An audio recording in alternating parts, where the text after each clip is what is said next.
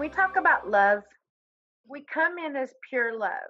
That we've talked about this before, so this is what I'm going off of. Correct me if I'm wrong, right? Mm-hmm. Or wrong. Okay. Right. So our family fucks that up for us, or who fucks that up for us? Go ahead, Griffin. He said, well, he says, I think that we hold on to that pure light as long as possible until the pressure of not just the family, but everybody else where you're living, the culture, just kind of pops that shit. And it goes everywhere. And then the child isn't smart enough to know to hang on to that. So they start to say, well, nobody's saying I need to hang on to that. So I'm going to let it go. And he goes, and that's when parents can fuck it up. Why and how could we start a movement where we teach children at a young age self-love? Why are we having to learn that so late in life? Like, that should be a mantra that you learn when you come out. That should be the first person you love is yourself. Am I wrong? No, I'm a firm believer of that. I follow that. It's just the feeling in the room. It's like everybody went,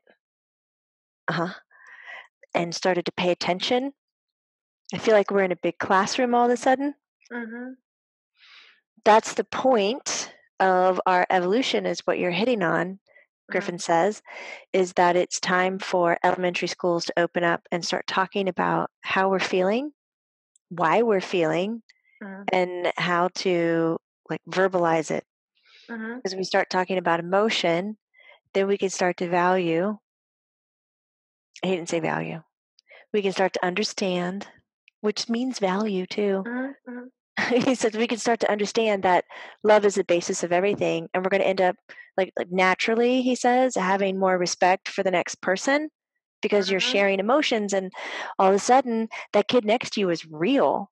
You know, you're no longer looking at their Nintendo going, I wish I had one, or their TV, or their things, or their family unit that's separated or together going, I wish I had. Right. We wouldn't compare if we loved, right? If we loved the way the man loved the lady in the last session you had. Oh, yeah. You know? If we loved like that, the world would be a completely different place. It would change overnight. Right? Well, why, like, how do we start that movement? Because I was thinking that I would not have made a lot of the choices in my life that I've made if I loved myself from the beginning. And why is it such a struggle to love yourself and make the right choices? Why is that such a struggle? My ear is like on fire. Oh boy. I hate when they do that. She's behind me. Whoever's doing that, stop that. I know, it tickles too. It's really when they weird. mess with my ears, I get mad. They've made me feel like I'm leaving my body sometimes. Like, ooh, like a tunnel. I've had some strange versions of those lately. Yeah. You guys don't do that. Pat her hand or something. Love. She's Love. Who? She? Kanata? No, her name. No, this woman. Stephanie. No. My mom, my grandma. No, she's not related to you.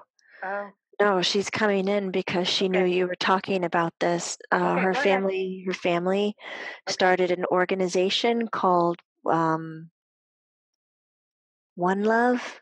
Okay. Can I? Okay. Go for it. One Love. Always. Nonprofit of One Love, and we're going to educate people what it's like to be in healthy relationships. Right. And we're going to go to schools and we're going to talk to them. We're training adults to talk to, is it One Love? Yardley. Hi. Her name is Yardley Love. One Love Foundation. I know you. Hi, Yardley. Okay. Love that. Because Yardley, we give people mixed messages, like how they joke in school that you come home and say, "The little boy pulled my hair," and then your mom and dad will tell you, "Well, he has a crush on you," and then he'll be mean to you, and they say, "Well, he really likes you," and that's not love. She says it's not. She passed away from an abusive relationship, Okay, all right, and she didn't know to speak up. right. Well, Yardley, the hard thing is too is that you can love somebody, and we're so confused. Oh, you're beautiful. Hi, Yardley. Nice to meet you. I didn't Hi, beauty recognize you. queen. Beautiful. Thank you for coming. Um, why? Okay, like you obviously loved the person, right, Yardley, that abused you, or you thought you did, right? You loved him, but you loved him more than you loved yourself because you didn't leave. And I've done the same thing over and over in my lifetime too, in variations. Why do we hang on thinking we can change somebody, or we think our worth is less because they don't love us, oh, the way they want, the way that we think they should, or we can change them, or what makes us stay, and what makes other women or men stronger, and once they get insulted one time they're out? Do they have more self-love? Is that why? Or, No, she says, I think that they have better boundaries okay, because they've been taught as a little boy that they can say no and no is acceptable, whereas a woman is not taught how to say no because they're supposed to be the care provider, that they're right, supposed to end up in situations that don't feel good because they're the ones who are going to take care of it. They're the right, sweepers. And right, she said, and for me, I like her little hand gestures. For me, she says, I didn't get to see what a healthy relationship was. right, And as far as I knew, it came with those highs and lows. And the core values that I had is you were loyal to the person that you committed yourself with. right, And loyalty means you're going to accept whatever is coming at you and you're going right, to try to help them heal and have a better relationship. And she says, and that's, obviously not what happened for me, but I don't want another girl's life being in any kind of abusive situation or anything that leads to harm or death because they don't understand or they haven't been able to see in depth on the insider of what a healthy relationship is. right, right. And we joke as women, like if a guy's too nice, oh, I don't like him, he's too nice, he's not a bad boy, you know, like where did that come from? That's not healthy, Oh my God, I have heard that. That is crazy. right? Like he's too nice, I don't like him, I don't know why, but he's just so nice. Yeah. Yeah, that's true. It's messed up. Right, it's very messed up. And I'm sorry that that happened to you, Yardley, but yeah, I'm really interested in love and what it looks like, and why we even grieve a loss of a relationship that we know was not good for us. I feel like I'm under a rainbow. And the looks that are coming from Griffin and Yardley, like, hey, hi, how are you? Like, Oh, hey, gonna meet up later. We're gonna talk about this, right? Like yeah, they're conversing over my head. I love it. Um, oh, she was saying something. I'm so sorry. Um, she's thanking you for letting her speak up and Anytime. understanding. Thank you for And she coming. says, I think it's an important platform, and we're doing everything that we can within, she says, my foundation into getting into schools and getting into elementary schools and specifically speaking to girls about healthy relationships. Griffin's jumping in and he says, I've noticed now there's a few programs, they're really scattered and far and few between, but they're all about what, boundaries are and good communication, respect. Hmm. He says what the problem is the public schools aren't taking it on as being important. Mm-mm, mm-mm. No, not at all. We're all in this. Okay, Chris. Chris What? jumps in. He goes, Kent says they're training everyone to be functional in a capitalist society. Capitalist has nothing to do with stop. love. That's Kent and Chris are on the same page. Yeah, this one. Yeah, yeah. So true. And he's jumping and he goes, now that we have computers and everything like that, he goes, there's our math, there is everything. He says, these are going to be a part of our life. He goes, why aren't we using them to that degree and leaving the space for us, for the people, to understand the value of other people rather than the value of 2 + 2, Right. and how do we get all that done? Right. He's like, he says the morals they're fucked up. They're Right. trapped inside themselves. Right. Chris, they didn't teach us any of that. And I'm not blaming anyone. Like, we were all born into it and someone has to make a stand, but they didn't teach us how to love ourselves, how to grieve, how to have a relationship, how to get a divorce, No. how to relax if you have anxiety, how to go around people if you're scared around people, how to include everyone if there's one outcast, they didn't teach us any of that. None. I don't remember talking about that one time. Me neither. Yeah. And that's sad, you know, because that's not going on at home either for people because everyone's just living what they've been taught unless you just happen to be with a very evolved person. Yardley goes, that's true, because you know what they're doing at home. The parents are exhausted from working so hard, and Right. they look at the child and they say, have you done your homework? Because that's top priority, is to get Yeah. your work done Yeah. before you even, oh my God, I'm so guilty of that. Yeah. We all are. Yeah. Because we're exhausted. We're just like, do as you're told because I'm going to get a call or, yeah, I know. Everyone's trained, Jamie. All of it. Kent just said it. We're all trained, so don't feel guilty. We all did it. We're just stepping in line in the system. But Yardley and everybody in the room, Griffin, Mom, everybody. What makes me kind of jealous sometimes, and for lack of a better word, is like you'll talk, you'll hear an interview about a Jamie Foxx, the entertainer, or Pharrell, or all these people. A lot of people have broken free of this system and become someone and evolved and da da da. And I'm sure they have their own issues, but if you listen to their stories, they got to go to a music school and do different things. They didn't do the things that we had to do, you know?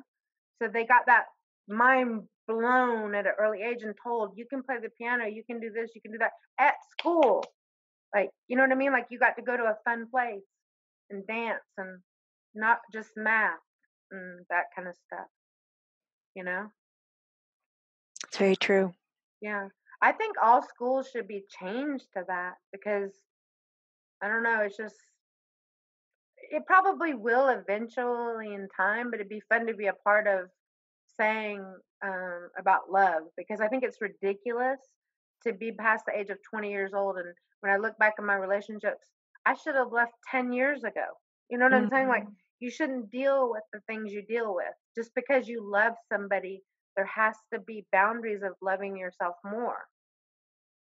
You can still grieve the loss of loving someone because they show you that carrot that's good of them, but there's also a side that's not good for you, but you keep going thinking you can fix that. And you can't because they're coming out of their situation. It's not that you're better and you probably do some things too, but they're not good. Griffin's jumping in, and he says, that I want to add to that, Mom, is that you're right. You can't change anybody, and you need to set your own boundaries for yourself. But then people are thinking, if I'm not going to do it, then where's that person going to get help? How's that person going to get better? Griffin goes, I'm here to tell you that if you are the person who's going to be able to help whoever you're staring at, Right. work out. It'll work out because that difficulty that that person is holding won't stick to you. It won't consume you. It won't harm you. And you'll be Right. able to be very present and prioritize yourself and help that dude or woman or whoever, and it'll be totally Right. fine. But if you Right. find yourself in the relationship and you're totally present and it's harming you, you're not that person. Step aside, let them find the next one that was going to fit better than what you do. Right. Griffin, speaking from personal experience, when everyone tells you someone's not good for you, it's not that they don't like the person or love the person that you love. Are they usually right? Even though you won't face it? If that, if, okay, use me an example. Yes, laughing. Al. She coughed and said his name. How you guys told me years ago, not good for you, not good for you. Every one of my friends, not good for you, not good for you. Me, I'm staying here. I don't care what any of y'all say. I can fix this, right? So now I let go, and it was, it's done, done, done, done, done. But I'm grieving and stuff like that. But I got mad because I was like, oh, I gave up so much of my life, myself. And I was like, everyone was right. Everyone. I couldn't change it, no matter how hard I tried. But what I'm asking you, Griff, can you walk away loving somebody but knowing they're not good for you? Like, I love you, but you're not good for me. Yeah. That's fucking fantastic. That's the shit that you want. Okay.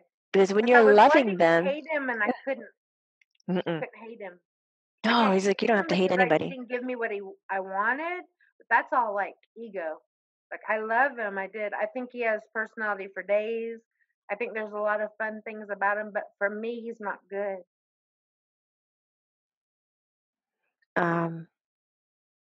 Sorry, something else is happening. What'd they say? Some, I don't mean to stutter. Something else has come into the room. Okay. That got a different feeling. Okay. Griffin was following up on that. When you are leaving somebody and you're loving them as you're leaving, that shows the kind of growth that you have done. Okay. You're coming at it from the right place. But Griffin, is it okay? Does it mean you're a loser if you've got to block someone's existence and ask everyone not to mention their name? You need some time and block their communication with you from every angle because you just know that you'll get talked back into it. So you just know you have to stay away. Is that healthy? Is that okay? Yeah, that's not unhealthy. That is a boundary or a setting. He's showing me a picture. I was seeing if I had paper. I can try to draw it for you. Mm-hmm. Don't even. Making fun of me already, and I haven't even done anything. Paper. I am not a Bob Ross. That's somebody I would like to meet. A what? A what? Bob Ross. Oh, a drawer? Yeah. I'd like to meet him. Oh, shit. Okay. So would you have an idea when you see something that you like and you're attracted to it, the energy that you put out is like a tiny little thread. Think about it like a spider to a spider web, Griffin says. Okay. Like, funk, and it's this tiny little thread, but it's pretty strong. Okay. Unless you physically mentally focus and say, I no longer wish to, be connected to that concept, that idea, that person, and you cut it, right. It stays there. And then when you go back through your memory and you think of it again, another pew comes out and it gets stronger. Right. So imagine when you're in a relationship with someone like Yarly was for years, you think about each other and you build it. It's a muscle memory. Now it's connection. Now it's an emotional cord. Right. So there's energy twisted and thick and fed that goes heart to heart, head to head, right. All over. So you're embedded with this person. Right. And when you try to leave someone and you can't, most likely is because you can't cut those cords and you can't separate that energy. So a lot of times people will say, la, la, la, la, la, la. I love that. Yes. Don't say his name. Don't say anything. I can't.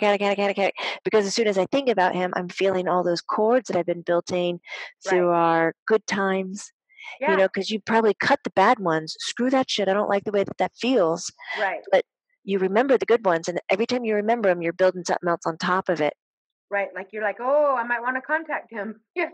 Yes. No, I've made it a month. Yes. Right. And remembering what you want and how you had it. Right. Brings it all back up. Right. Surely he's different in a month. You guys can laugh. It's so hard being human, I swear to God. The whole shift in the room a moment ago, when you were talking about this big love, I don't know how to explain it, but the room looks like a rosy kind of a color. I love It's that. not so pink, but it's salmon, kind of a rose color. I love And that. they started talking about Australia, which, from what I hear in the news, and I do apologize, I don't watch or listen to the Mhm. news, that the majority of it is in flames still. Yes. It- I don't know if still, but a lot of the koalas and kangaroos and stuff is what all I've seen. I You don't want to see it. don't. Uh, Koalas are sweet though. They're coming to humans for help, like walking up for help. And kangaroos, which I heard kangaroos could usually be aggressive, but they're not right now. They're literally asking for help. um, that all of that's happening. We have, because we're one of everything. Griffin is talking about the whole web. We were just talking about those tiny little things. When we see these things on TV, the trauma Mm, of the fires and the loss and not being able to be in control because you can't hop on a plane and fly over there and like spit on it or stomp it out or like do right. whatever. You're building energy cords to it, and if you're going to sit there and that's okay, throw me under the bus, I'm fine. If you're going to sit there and worry about it and try to ignore it, and he goes like Jamie, um, I'm sad by it. I don't know if I'm worried about it. Like I have a sense that everything is necessary. The good and the bad is necessary, but I definitely don't like it. And he says, well, he goes, every time that I'm doing that, well, I definitely don't like it. I'm sending a certain kind of energy there that is kind of feeding the chaos and feeding the destruction. He Mhm. said, it'd be really great if everyone, when they see what they're connected to, he says, see you later, bro, that He said, "See you later, bro." Good job, bro. Love you guys. Love it.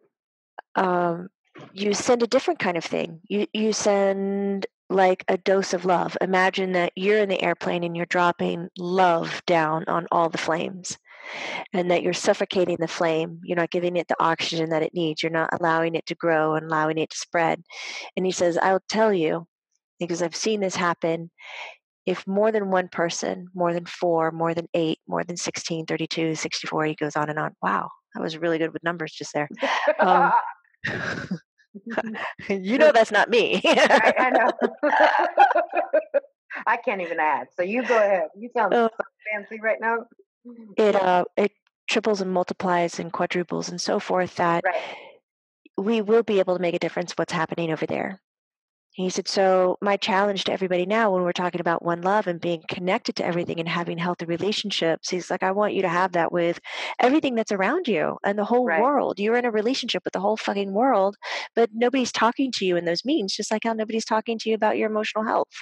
right, So when you're seeing something you don't like, instead of or ignoring it or cutting it down, pointing fingers at me, right. um, stop it, take a moment, give it love. Okay, I will do that, and I'm also going to ask my children emotional questions before I ever talk about their homework again. right, right. Yep. Um, hard, but yeah. Sometimes you just don't want to deal with children, Griff. I'm sorry. And I explained it well enough I didn't have to draw any pictures, and it was just going to look like a crazy spider web anyway, so That's okay. That's putting okay. this away. No, I love that, Griff, because um you went deep, and it's like, back to what we were talking about, school and this, what you talked about, the other end of the spectrum, full love. It's like they never taught us what to do with these emotions. Like, you know what I mean? Like, you still love somebody and you didn't really get closure. You didn't get the apology you wanted, but you have to close something with no answers. And you just closed it because something just came over you and you knew it was just time. But if you go talk, that you're never going to get the answer you want, you need, Mm-mm. and you're not going to get an explanation. You're They not going can't to. give it to you. No, it'll come back on you. It always got reversed on me, so it just gets too confusing. Because don't you think that one of the greatest disappointments in the world is that we were all taught that forgiveness and apology happens between two sources, Right. and that Oh, That wow. is such bullshit. He like did this stand up Wow. like fist in the air thing. I don't know what that was. Wow. Um, I know what he's gonna say. It's within Forgiveness. yourself. Yes. It takes one. One takes you. That's it. Right. You don't need anyone else. So Mm-mm. true. And not in a selfish way, but never in my life has the saying being angry in the stages of grief. Uh, I hate anger, but I've had it recently. Has the saying, you're drinking the poison and expecting someone else to die. Like, it's just hurting you to be angry. Like, you look ridiculous. You know what I mean? I That's a good so one. understand that saying right now. Like, it does nothing to the other person for you to disrupt your life with anger. Hmm. Just wasting more time. You know what I mean? Griffin goes, but that's what we Right. do Right. because we're not taught how to manage it. No, we loop. We go around and around and around until we're just exhausted or exhaust the people around us and they say, shut up. Yeah, I think it's important that we teach kids at a young age to love themselves. That's Please. it. That's it. And a kid that pulls your hair on the playground and spits on you does not like you more. You know what I mean? Like, Griffin still just tries to defend it. Well, I don't know. I don't I know. know it sounds cute and all, Griff, but we shouldn't teach little girls that. Mm-mm. Boys That's better learn it exactly from what I was baby. taught. Yeah, me too. Oh, he must like you. He has a crush on you. Oh, he's treating me like shit. So then you grow up thinking that men are supposed to treat you like shit. Oh, he loves me. Silly thing. Yeah, That's crazy. I know, right? Right?